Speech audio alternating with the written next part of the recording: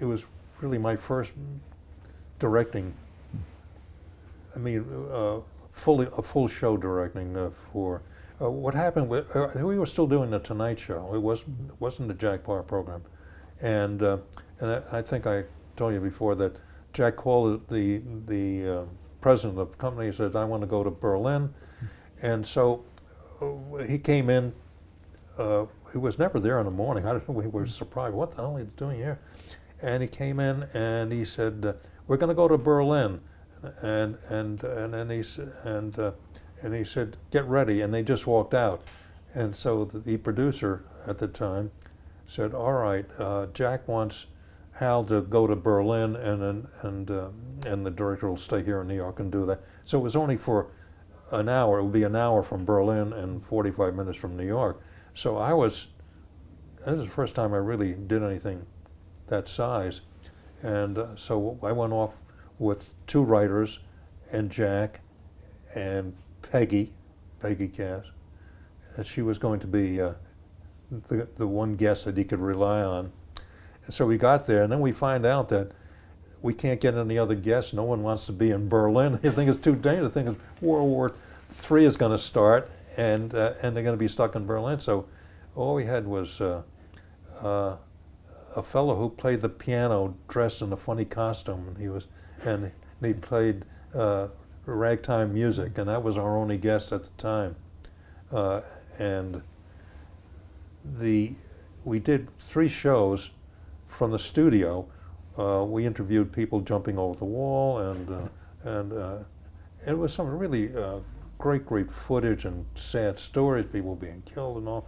And then Jack one night said, and he says, "Hey, we're here to see the wall. When are we going to do the wall?" So the next day we had to do the show at the wall. So I was introduced to the colonel in charge of the troops at the wall. It was called Checkpoint Charlie, was the place we're going to do the show. And I asked the colonel, I said, "We don't want a lot of soldiers here. We can just troops, just yourself and maybe 1 or 2 GIs that Jack can interview." And then it would be Peggy, as is kind of like you Downs, standing next to him. And for some reason, as we started the show, well, first of all, we had to get a German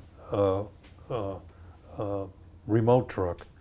And also I wanted a cherry picker to get shots, and we got a cherry picker that's used for building buildings, and the camera would kind of jiggle to a stop, so we couldn't do any continuous crane shots. And when I got there, none of the crew spoke English, and I don't speak any German, except one the guy on the boom could speak English, so I would relay my instructions to him, and he would then tell the other guys in German.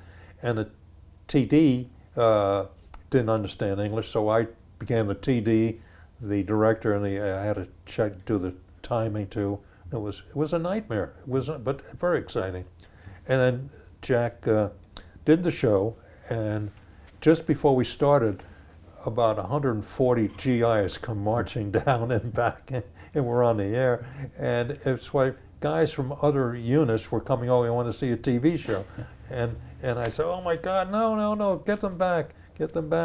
And then we did the show, and of course the different press services saw it as the headlines for them was Jack Paar invites Germany. It was like veiled reference to Jack wanting to start World War III, just when all these people were assembled for him. And then so the next day in Washington, they were debating why people like Jack Paar are allowed to go overseas.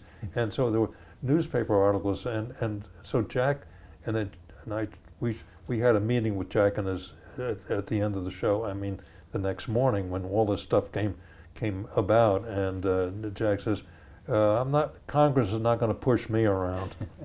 And that was his attitude. He said he's on the air.